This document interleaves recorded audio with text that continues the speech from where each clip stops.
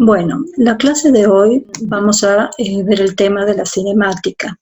La cinemática es la parte de la física donde se estudia el movimiento de los cuerpos y para eso vamos a trabajar con algunas magnitudes como son la posición, el desplazamiento, la velocidad, la aceleración. Todavía no vamos a introducir el concepto de fuerza que se introduce recién en el capítulo de dinámica, que es el tema que vamos a ver la semana que viene. Bueno, para empezar a hablar del movimiento de los cuerpos, lo primero que tenemos que definir es cuándo nosotros consideramos que un cuerpo está en movimiento. Vamos a decir que un cuerpo se encuentra en movimiento cuando su posición cambia con respecto a un cierto referencial. El concepto del movimiento no es un concepto absoluto, es un concepto relativo. ¿Por qué? Porque un cuerpo puede estar en movimiento con respecto a un determinado sistema de referencia, pero puede estar en reposo con respecto a otro. Por ejemplo, para una persona que viaja en tren, la persona está en reposo con respecto a un sistema de referencia anclado en el tren, pero está en movimiento con respecto a las vías. Bien, entonces, para poder hablar de movimiento tenemos que hablar necesariamente de un sistema de referencia. ¿Y qué es un sistema de referencia? Un sistema de referencia nos va a permitir localizar a un cuerpo tanto en el espacio como en el tiempo. Y un sistema de referencia consta de varios elementos. Por empezar, el primer elemento es el punto de referencia, que es un punto desde el cual nosotros vamos a especificar la ubicación de un cuerpo. Y este punto se puede elegir arbitrariamente. Por otro lado, un sistema de referencia consta de un sistema de ejes coordenados. Puede ser un eje, dos ejes o tres ejes, dependiendo de la necesidad que tengamos en el problema particular que estamos resolviendo. Estos ejes generalmente son perpendiculares entre sí y también se debe especificar el sentido positivo que se va a adoptar para cada uno de ellos. Por otro lado, un sistema de referencia consta también de un determinado instante que se elige como origen del tiempo. Nosotros podríamos elegir el origen del tiempo en el cero del reloj, es decir, podríamos decir, un auto se encuentra en tal lugar a las 12 del mediodía. Entonces ahí estamos eligiendo nuestro origen del tiempo a la hora cero del reloj. Pero eso no es necesario, nosotros podemos elegir el origen del tiempo cuando queramos. Por ejemplo, podemos elegir el origen del tiempo en el instante en que empezamos a estudiar el movimiento del cuerpo. El próximo concepto que vamos a definir es el concepto de punto material. ¿A qué le vamos a llamar punto material, masa puntual o partícula? Un cuerpo se puede considerar como una partícula cuando las dimensiones del cuerpo son irrelevantes para resolver el problema que tenemos que tratar. Esto sucede muchas veces cuando las dimensiones del cuerpo son mucho menores que las distancias relevantes en el problema. Por ejemplo, si nosotros queremos situar un auto en un mapa de Tucumán, en un mapa de la ciudad de Tucumán, el auto lo podemos considerar perfectamente como un punto material, porque sus dimensiones son mucho menores que las distancias que aparecen en ese mapa. Entonces, toda esta primera parte, los primeros capítulos, vamos a considerar el modelo de partícula o masa puntual. Bueno, el otro concepto con el que tenemos que tratar es el concepto de vector posición. Acá en este dibujo está representado la línea azul representa la trayectoria que sigue un cuerpo, es decir, el camino seguido por el cuerpo. Cuando el cuerpo se encuentra en este punto P, vamos a decir que el vector posición que ubica al cuerpo es un vector que va desde el origen del sistema de referencia elegido hasta el lugar donde está el cuerpo. Entonces, este vector que va desde el origen hasta el cuerpo puntual es lo que llamamos vector posición. A medida que el cuerpo se mueve, su vector posición va a ir cambiando. Entonces, en este caso, acá tenemos representado el vector posición inicial y un determinado vector posición final. ¿Cómo definimos lo que llamamos vector desplazamiento? El vector desplazamiento es el vector que va desde la posición inicial del cuerpo hacia la posición final. Acá yo estoy marcando lo que sería el vector desplazamiento. Matemáticamente, el desplazamiento, que lo vamos a designar con el símbolo delta R, se puede expresar como la diferencia entre el vector posición final y el vector posición inicial. Esta letra griega delta la vamos a utilizar mucho y siempre va a simbolizar una variación o un cambio de una cierta magnitud. Siempre va a ser el valor final menos el valor inicial. Bien, entonces hemos definido vector posición, es el que va desde el origen hasta el lugar donde está el cuerpo. Vector desplazamiento es el que va desde la posición inicial hasta la posición final. Ahora vamos a definir el concepto de trayectoria. A medida que el cuerpo se mueve, va pasando por distintos puntos. La trayectoria es la línea que resulta al unir todos los puntos por donde el cuerpo pasó. En este caso la trayectoria está representada con azul, mientras que el desplazamiento está con verde.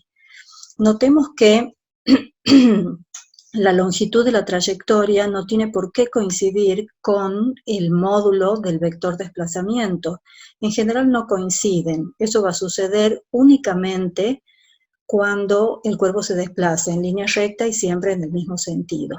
Pero en general la trayectoria no tiene por qué coincidir con el desplazamiento. La longitud de esta curva es lo que nosotros vamos a llamar el camino recorrido o la distancia recorrida. Bien. Otra magnitud que necesitamos definir cuando hablamos cuando queremos describir el movimiento de un cuerpo es la velocidad.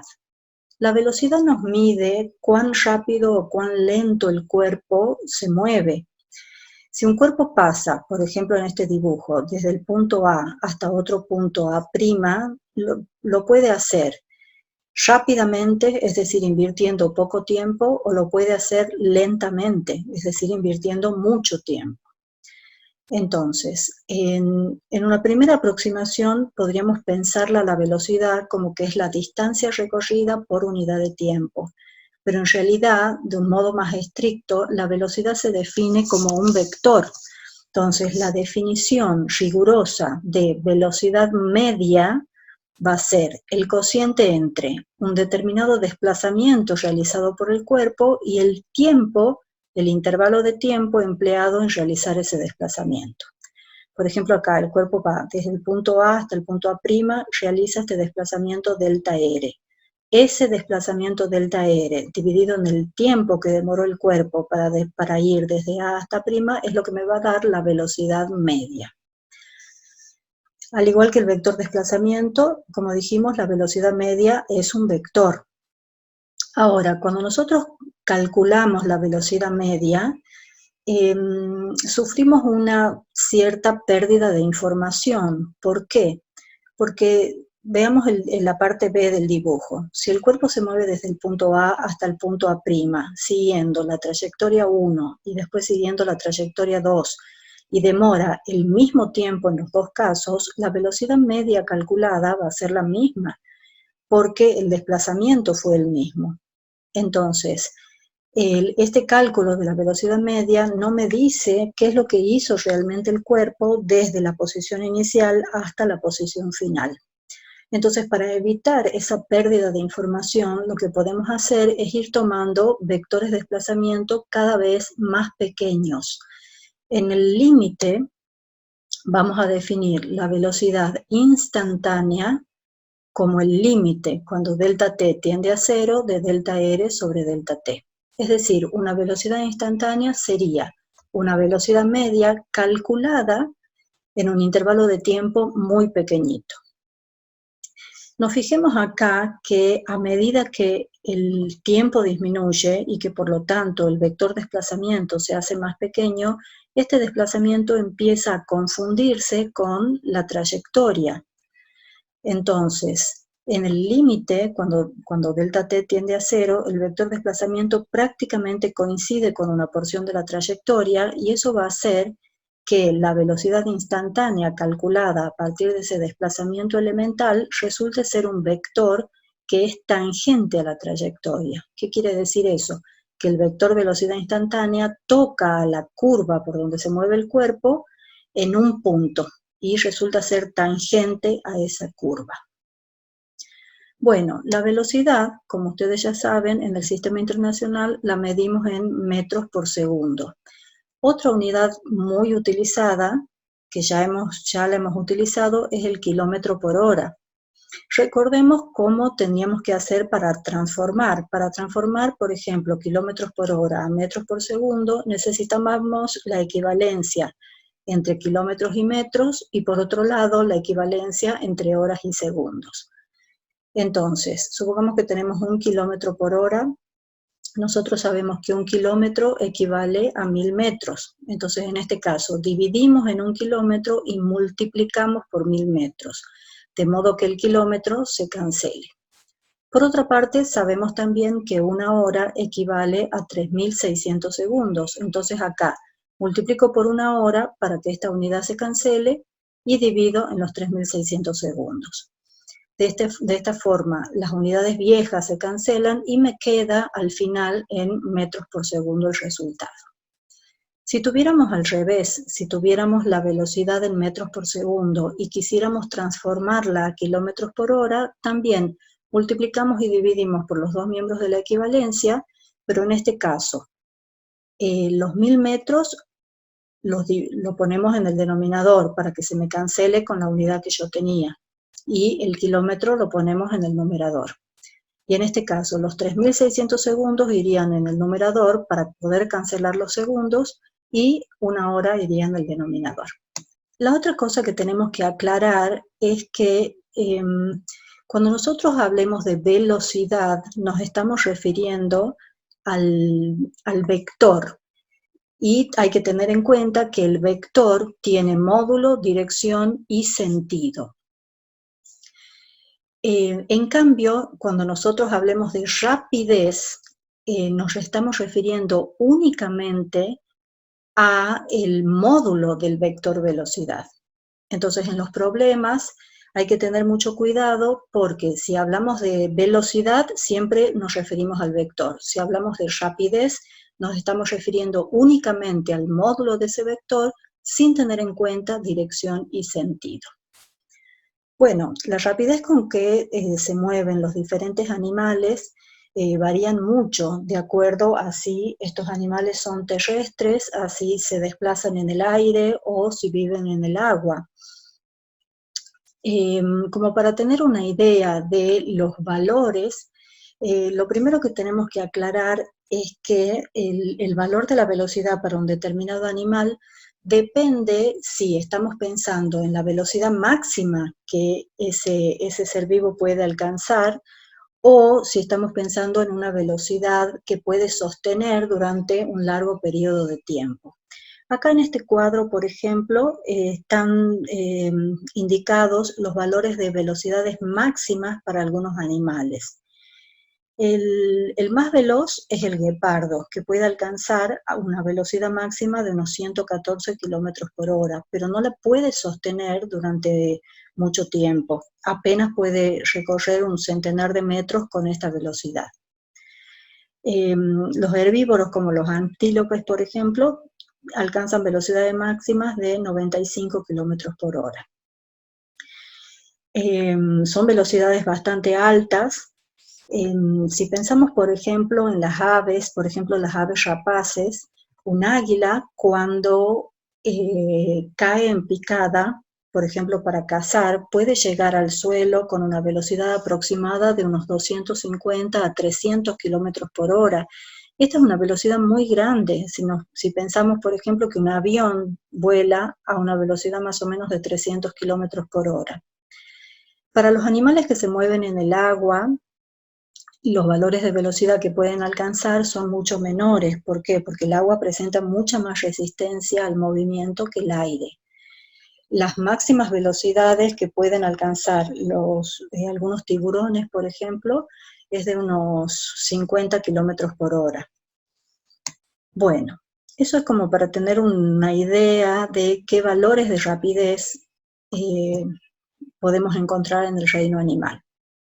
Ahora, cuando un animal o cuando un cuerpo se mueve, en general su velocidad no se mantiene constante. La velocidad puede variar, tanto en dirección y sentido como en módulo. Entonces, una magnitud que mide cómo va cambiando la velocidad es la aceleración. Entonces, vamos a empezar definiendo lo que llamamos la aceleración media. La aceleración media se define como el cambio de velocidad experimentado por el cuerpo dividido en el intervalo de tiempo en el que se produce ese cambio de velocidad. De la misma manera que en el caso de la velocidad, podemos también calcular el límite de este cociente cuando el intervalo de tiempo tiende a cero, y en ese caso lo que estamos definiendo es la aceleración instantánea. Esto sería la aceleración del cuerpo en cada momento y en cada posición. Las unidades de aceleración en el sistema internacional es el metro por segundo cuadrado.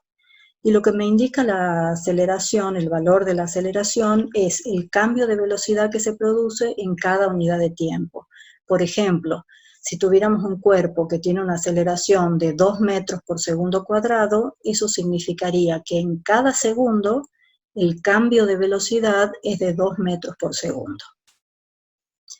Bueno, el tipo de movimiento que va a tener un cuerpo va a depender del valor de la aceleración y también de la posición y de la velocidad inicial. Para ejemplificar, nosotros vamos a estudiar el movimiento rectilíneo. Cuando hablamos de movimiento rectilíneo, estamos pensando en un cuerpo que se mueve siempre en la misma dirección, ¿sí? Entonces, lo que más nos conviene en esta situación es elegir un sistema de ejes en donde uno de los ejes coordenados coincida con la dirección del movimiento del cuerpo. Esto nos va a permitir simplificar muchísimo el tratamiento matemático, porque entonces el vector posición que ubica el cuerpo, es decir, el vector que va desde el origen hasta el lugar donde está el cuerpo, va a tener una sola coordenada. Si le hemos llamado X al eje de movimiento, entonces el vector posición solamente va a tener coordenada X. Y de la misma forma, el vector velocidad y el vector aceleración van a estar orientados en la dirección del eje X, entonces no es necesario que trabajemos con notación vectorial. La velocidad simplemente le vamos a llamar B, sin la flechita de vector arriba, y la aceleración A. Bueno, dentro de los movimientos rectilíneos, vamos a empezar con el movimiento rectilíneo uniforme. ¿Qué queremos decir cuando decimos que un cuerpo tiene un movimiento rectilíneo uniforme? El movimiento rectilíneo uniforme cuando la velocidad del cuerpo se mantiene constante. No nos olvidemos que la velocidad es un vector, entonces la constancia de la dirección y sentido del vector significa que el cuerpo se va a mover en línea recta y siempre en el mismo sentido. Y la constancia del módulo del vector nos asegura que el cuerpo realiza desplazamientos iguales en intervalos de tiempo iguales. Por ejemplo, si un auto se mueve a 100 km por hora, eso quiere decir que cada vez que transcurre un intervalo de tiempo de 1 hora, el desplazamiento siempre es de 100 kilómetros. En el caso del movimiento rectilíneo uniforme, como la velocidad es constante, la velocidad media coincide con la velocidad instantánea, y entonces para calcular la velocidad constante podemos dividir el desplazamiento en el intervalo de tiempo. En este caso ya no usamos delta R, porque al ser el movimiento rectilíneo podemos elegir el eje X en la dirección del movimiento, entonces nuestro desplazamiento se reduce a un delta X, que sería la posición final del cuerpo menos la posición inicial. Y ese desplazamiento lo dividimos en el intervalo de tiempo en el que el cuerpo realizó el desplazamiento delta X. El intervalo de tiempo sería el tiempo final menos el tiempo inicial, pero en esta ecuación se ha tomado el tiempo inicial igual a 0. Es decir, empezamos a contar el tiempo en el momento en que empezamos a estudiar el cuerpo. Bien, Ese sería el movimiento rectilíneo uniforme. El otro tipo de movimiento que tenemos que conocer es el que vamos a llamar movimiento rectilíneo uniformemente variado. En este tipo de movimiento la velocidad ya no se mantiene constante, pero tampoco varía de cualquier manera. Cuando nosotros decimos que el movimiento es uniformemente variado, lo que queremos significar es que la velocidad varía uniformemente. ¿Y esto qué quiere decir? Que los cambios de velocidad van a ser iguales en intervalos de tiempo iguales. Eso es lo mismo que afirmar que la aceleración del cuerpo es constante. Entonces, si decimos, por ejemplo, el cuerpo tiene una aceleración de 2 metros por segundo cuadrado, eso quiere decir que en cada segundo el cambio de velocidad producido es de 2 metros por segundo. Entonces, cada vez que pasa un segundo, se produce siempre el mismo cambio de velocidad. Y eso es la definición de un movimiento rectilíneo uniformemente variado. La aceleración la vamos a calcular como el cambio de velocidad dividido en el intervalo de tiempo en el que se produjo ese cambio de velocidad. De nuevo, estamos tomando el tiempo inicial igual a 0. En esta primera ecuación, este delta V significa V final menos V inicial. Si despejamos la velocidad final, obtenemos la segunda ecuación, V final igual a V inicial más aceleración por tiempo. Es decir, que la primera y la segunda ecuación es exactamente la misma, nada más que acá tenemos despejada la aceleración y acá abajo tenemos despejada la velocidad. En el caso del movimiento rectilíneo uniformemente variado, el desplazamiento del cuerpo lo podemos calcular como velocidad inicial multiplicada por el tiempo más un medio de la aceleración por el tiempo al cuadrado. Y en esta última ecuación lo que tenemos es una relación entre la velocidad inicial, la velocidad final y el desplazamiento. Acá, en la segunda, esta me relaciona la velocidad inicial, la velocidad final y el tiempo transcurrido entre esas dos velocidades, mientras que la última me relaciona la velocidad inicial, la velocidad final y el desplazamiento que realizó el cuerpo cuando su velocidad varió desde el valor inicial hasta el valor final. Bueno, cuando el movimiento es uniformemente variado, eso incluye a su vez dos tipos de movimiento. El movimiento puede ser acelerado o puede ser desacelerado. ¿Qué quiere decir un movimiento acelerado? El movimiento es acelerado cuando el módulo de la velocidad aumenta, es decir, cuando la rapidez aumenta. Y para que eso suceda es necesario que el vector aceleración y el vector velocidad apunten en el mismo sentido. Ahora, el movimiento es desacelerado cuando la rapidez disminuye. Y para que eso ocurra es necesario que el vector velocidad y el vector aceleración apunten en sentido contrario. Bueno, un caso particular del movimiento rectilíneo uniformemente variado es el caso del tiro vertical y la caída libre. Si nosotros soltamos un cuerpo, permitiendo que este cuerpo caiga, o si lo lanzamos verticalmente hacia abajo o lo lanzamos verticalmente hacia arriba, a ese movimiento se le llama tiro vertical y caída libre. Si se puede despreciar el roce con el aire, lo que se observa es que el cuerpo se mueve siempre con la misma aceleración, y a esa aceleración le vamos a llamar aceleración de la gravedad. En las proximidades de la superficie de la Tierra, la aceleración de la gravedad tiene un valor más o menos de 9,8 metros sobre segundo cuadrado. Es decir, que como esta aceleración es constante, un cuerpo en un tiro vertical o una caída libre hace un movimiento rectilíneo uniformemente variado y por lo tanto podemos usar para ese movimiento todas las ecuaciones que hemos visto acá, todas las ecuaciones que están en el cuadro. Pero tomando para la aceleración el valor de la aceleración de la gravedad, 9,8, a menos que el problema me dé otro valor.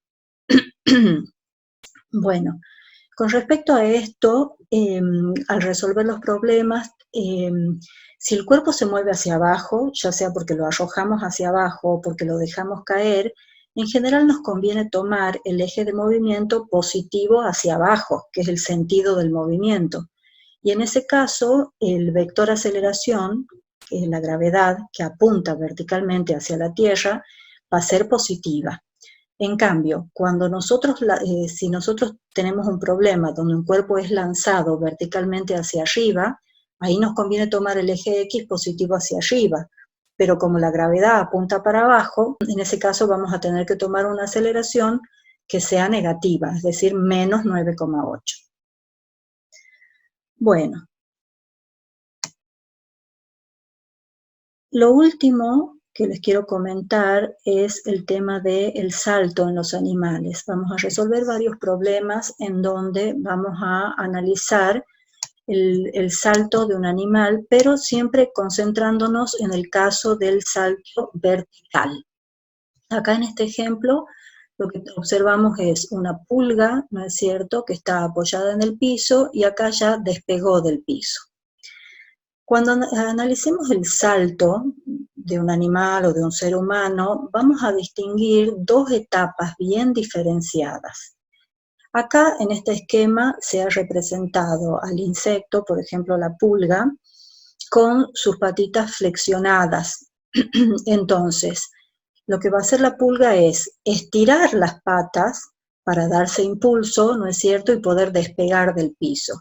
Entonces, va a haber una primera etapa en donde la pulga estira sus extremidades y de esa manera se impulsa, y en esa primera etapa su velocidad va a variar desde 0 hasta la velocidad con que despega del piso.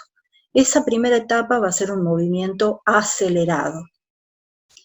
Una vez que la pulga despega del piso, entra en un tiro vertical, porque sobre ella va a actuar la aceleración de la gravedad. Y en esa segunda etapa, una vez que ya despegó del piso, lo que vamos a tener es un movimiento desacelerado. En este cuadro de acá abajo, lo que podemos ver es para distintos animales diferentes magnitudes, características del salto. Entonces, por ejemplo, la primera columna se refiere a una pulga. La masa de la pulga es aproximadamente 0,5 miligramos. La altura de salto, 25 centímetros. Estas alturas están calculadas suponiendo que se puede despreciar el roce con el aire. En el caso de un animal tan pequeñito como una pulga, en realidad la altura que va a alcanzar va a ser más o menos unos 20 centímetros, porque el roce con el aire es muy importante al ser tan pequeñita. El tamaño de una pulga es aproximadamente 1 milímetro. Entonces, el salto que da, digamos, es muchísimas veces su tamaño propio. Después acá tenemos la distancia de aceleración, es decir, qué distancia se desplaza verticalmente durante el impulso hacia arriba. En este caso tenemos que la distancia de aceleración es menos de 1 milímetro, 0,7 milímetros más o menos. La velocidad de despegue, 2,2 metros por segundo. El tiempo en el que se acelera, es decir, desde que está en reposo hasta que logra despegar del piso, fíjense que es inferior a 1 milésima de milímetro. La aceleración que alcanza la pulga en ese intervalo de tiempo tan pero tan corto es extremadamente grande. Estamos hablando de una aceleración, en este caso, de unos 3.200 metros por segundo cuadrado, que serían unas 330 veces la aceleración de la gravedad. Estos animales muy chiquititos sufren durante el periodo en el que se aceleran una aceleración extremadamente grande. Si comparamos, por ejemplo, la última columna se refiere al salto vertical de una persona de 70 kilogramos. La aceleración de la persona durante el despegue es 12 metros por segundo cuadrado. La máxima aceleración se ha registrado para el escarabajo de resorte, que toma un valor de 4.200 metros por segundo cuadrado, más o menos 430 veces la aceleración de la gravedad. Si la aceleración que sufre el cuerpo fuera mayor, se produciría directamente una desintegración de los tejidos, ¿sí? Una persona un ser humano, cuando la aceleración que sufre es mayor que 10 veces la aceleración de la gravedad, ya se producen cambios fisiológicos irreversibles que pueden llegar hasta matarlo. Bueno, volvamos al caso de la pulga. Acá lo que les quería hacer notar es que la distancia que recorre la pulga durante el despegue y el tiempo en el que se acelera son una distancia de un tiempo extremadamente cortos. Entonces, esa aceleración no se debe a una fuerza de origen muscular, porque una fibra muscular no se puede contraer tan rápidamente. Lo que utilizan este tipo de insectos es un mecanismo que le vamos a llamar un mecanismo de resorte. Ellos tienen una proteína que se llama resilina, que tiene propiedades elásticas muy parecidas a las del caucho. Entonces, lo que hace es contraer la pieza de resilina, es como si comprimiéramos un resorte. Entonces, cuando permite que esa pieza se expanda, es lanzada hacia arriba y eso se hace muy rápidamente. Bueno, ya en el práctico vamos a ver algunos problemas de aplicación. Esto ya sería lo último.